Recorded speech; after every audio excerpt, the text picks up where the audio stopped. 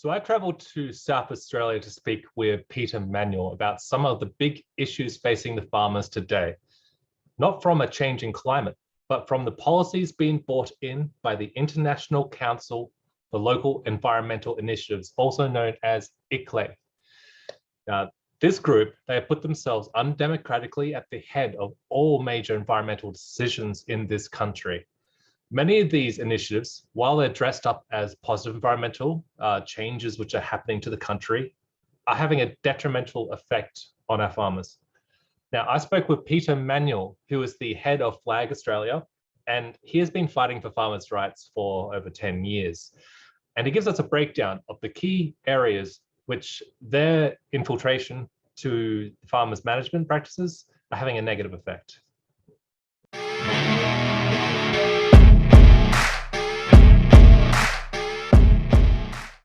Well, what it is, Ryan, and thanks for doing this interview, we're getting pressure, farmers are getting pressure put on us in regards to slash 5 metres away from our boundary fence because of, fire hazard and all the rest of it. So in other words, we've got to slash or poison feed for our stock, which in turn feed the people. But, if I wanted to plant scrub along there, which is a lot more denser and going to cause a bigger fire, that's fine. But we've got to slash or poison feed for our stock, which is ridiculous. This is another green agenda, which is wrong. This roadside verge, or these roadside verges, are just absolutely full of broken down debris, and which they call habitat, that we can't remove. These roadside verges are a wick for a major bushfire, and some of the branches that are down are massive and are going to burn for weeks. But, they talk about a fire plan. Well, we can't enact our fire plan properly unless we can clean our roadside verges. We've got tractors coming up, and I'm not having a go at the contractors, the tractors. They're doing what they can do, basically, and that's it. But, if there's a branch lying down, they've got to drive around it. So some parts they're only slashing about a metre if they're lucky, wasting ratepayers' money. It is absolutely disgusting. So, we need people in power to just get some common sense going, stop this lunacy, let us clean up our roadsides. Climate change is not causing the big bushfires, it's the environment, the green agenda is causing. So we need the right people in Parliament, and I can tell you now, I work very, very closely with One Nation here in South Australia, and they realise that this is not on, and I'm sure that they would like to see our roadsides cleaned up. And the little lizard or little spider, whatever, he'll crawl up a live tree and get under the bark. And this has got nothing to do with, destroying koalas' feed or anything like that. It's common sense stuff, and we need to clean up our roadsides, we really do, just so we've got a safer environment. So Peter, what are we standing in front of right now? Like, what are these bushes that are behind you? Ryan, these are Acacia paradoxia. Commonly known as the kerosene bush, highly inflammable. We're not allowed to clear these off our properties because of the Native Vegetation Act, and as you can see, nothing grows under it. They're very, very prickly, and if a fire comes through, it is very, very dense, it is very, very hot, and they just explode. And these bushes are very hard to get rid of, and if you have a look, that land is sterilised. Nothing grows under it, and when we look at, we've only got 4% of agricultural land in Australia to grow food, and we can't clear this. It is absolute lunacy. So this is another way where these climate change lunatics can actually push their wagon that, we're going to have bigger bushfires, because this is the sort of thing that needs to be cleared, and if it's not cleared, hence we're going to have bigger fires so they can push their agenda. It is ridiculous, and this sort of stuff has got to go. So when they talk about, our fire plan again, we need a fire plan that we can clean this. We've got to have a safer environment. Now, why is this such an important issue to the farmers and in fact to all landowners in South Australia? Just take a look at this.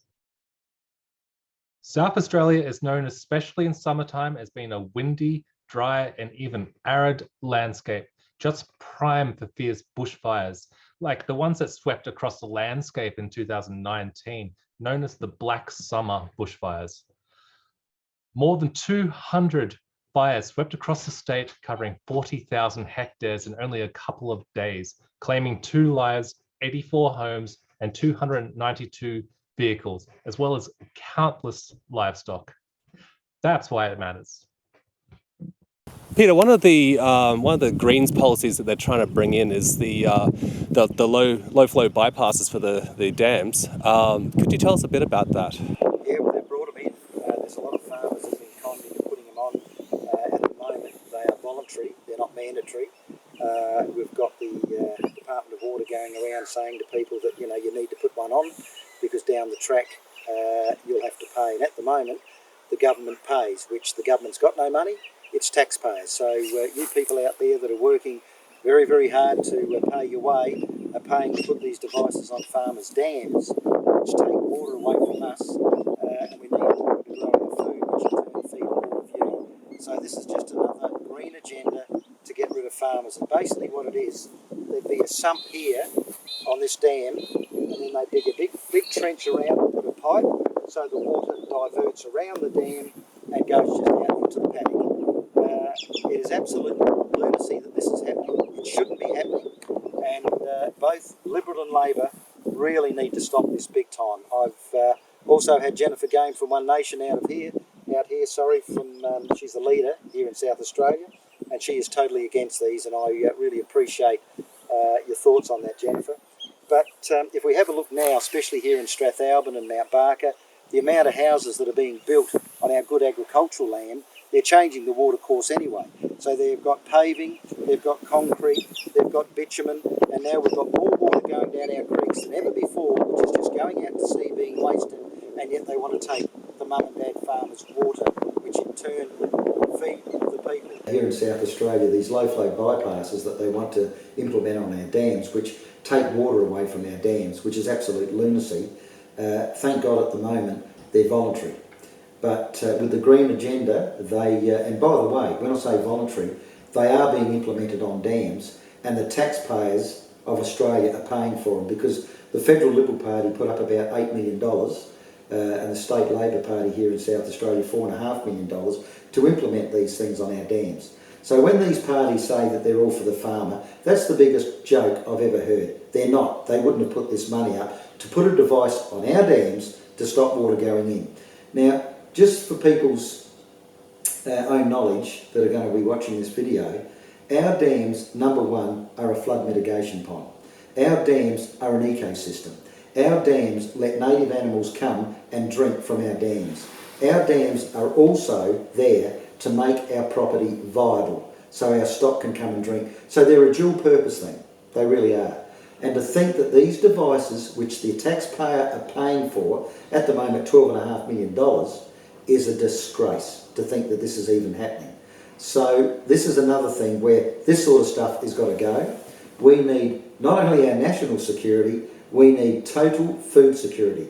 Because I can tell you now, if we start relying on other countries to supply us with food, and in 2012 Victoria imported more food than it exported, that leaves us in a very vulnerable and dangerous situation.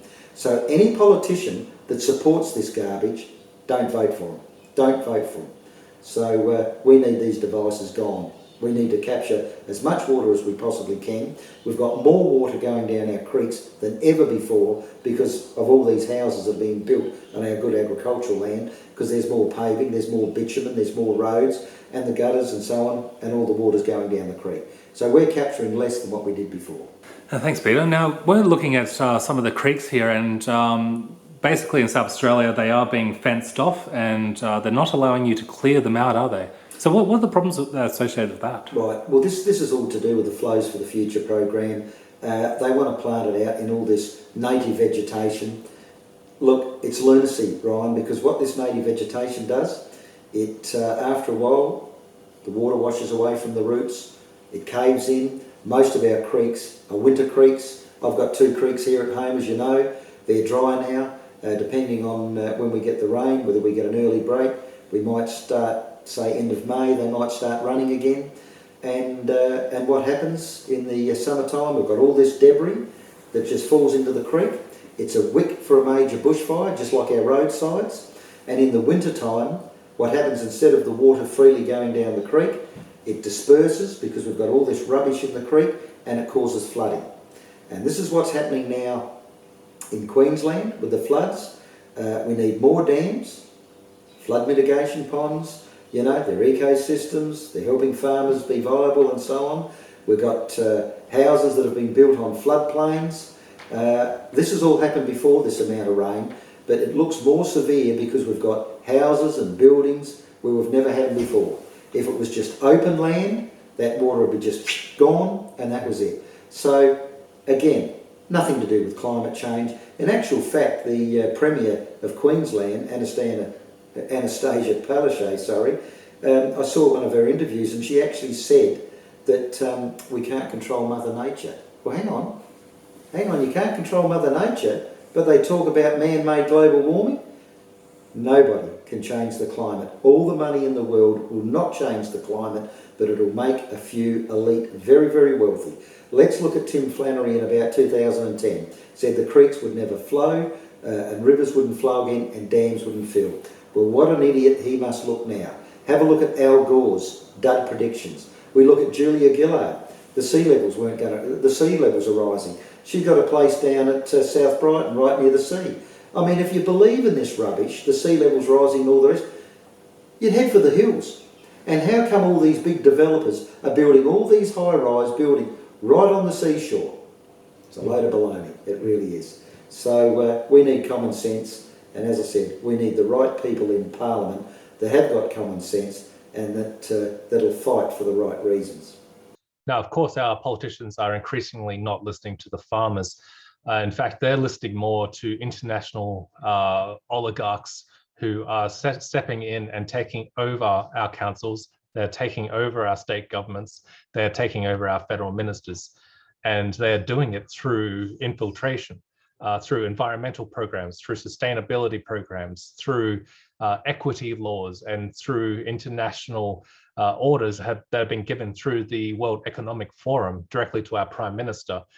As we have seen recently from letters which were revealed from Freedom of Information Acts that were released, Klaus Schwab is actually giving many of the directives to our politicians. So why are they not representing us, the people? Why are they not representing the farmers? Why are they not listening to them when it comes to land management practices, which they definitely know best because they've been living on these lands for generations. They have seen the droughts, they have seen the fires, they have seen the floods, and they know exactly how to mitigate them. Wonderful, thanks, Peter. I guess the last question is exactly how do we get the establishment to start listening to the farmers? Because it seems that they stopped listening to you a long time ago. They're looking after the corporates. That's what this is all about. We look back, I think it was in 2007, and allegedly good old Malcolm Turnbull separated water from land, made water a tradable commodity. Hence, we've got Communist China, who's the biggest purchaser of our water rights, which is absolutely disgusting. As far as I'm concerned, it's treason. You know, I can't get an allocation here to irrigate because they brought in these water allocation plans. It's just total disgrace what's going on. Water was separated from land to look after the big corporates, to look after the big money people. I mean, we've got people out there that own water rights that don't own any land. If water was restored to land, this could not happen. People like the Communist Chinese could not buy our water rights. Let's put it this way, because I like to try and make it easier for people listening. I've got water on my property here, but somebody has bought my water rights. Now, that doesn't mean we physically pipe the water somewhere or anything like that. We don't rely on the Murray. What it is on paper, you're not allowed to use it. So if you bought a property, let's just say next door, and you've got a dam and a bore and everything like that, and good on you, and you had a water licence, you could irrigate, but I couldn't. Where are you getting that water from? Not from me. You're getting it out of your bore. You're getting it from your dam, which is fine. I'm all for the mum and dad farmers to grow food here in this country. But what these governments doing, Liberal, Labor and the group, they're looking after the corporates. If we have a look over the years, and I'm 64 years of age now, and I can see the destruction of this country under Liberal and Labor because they've shut down our manufacturing, they've shut down our industry, they've shut down So many small shops, butchers, fruit and veg, bakers and all the rest of it, and now they want to shut down the mum and dad farmer. And I tell you what, the mum and dad farmers of this country are the ones that keep these regional towns going, because we've got our family, we go into town, we support the small business, our kids play sport, the sporting clubs, which is great for mental health issues and all the rest, and the kids are, got their little mates there that they're talking to, and it's just a good environment. But once the corporates come in and the families are gone, the whole aspect changes in the community. The businesses are not supported like they were when we had the mum and dad farmers. And have a look now. I know not far, in probably about a 50k radius, there's probably another 4 or 5 dairies that are going by the end of this year. It's not good enough, and we need small business. And when I talk about small business, I'm not talking about little IGAs and little Foodlands. I'm talking about the little butcher shop. I'm talking about the little baker. I'm talking about the little fruit and veg shop. They're the ones that we have to look after.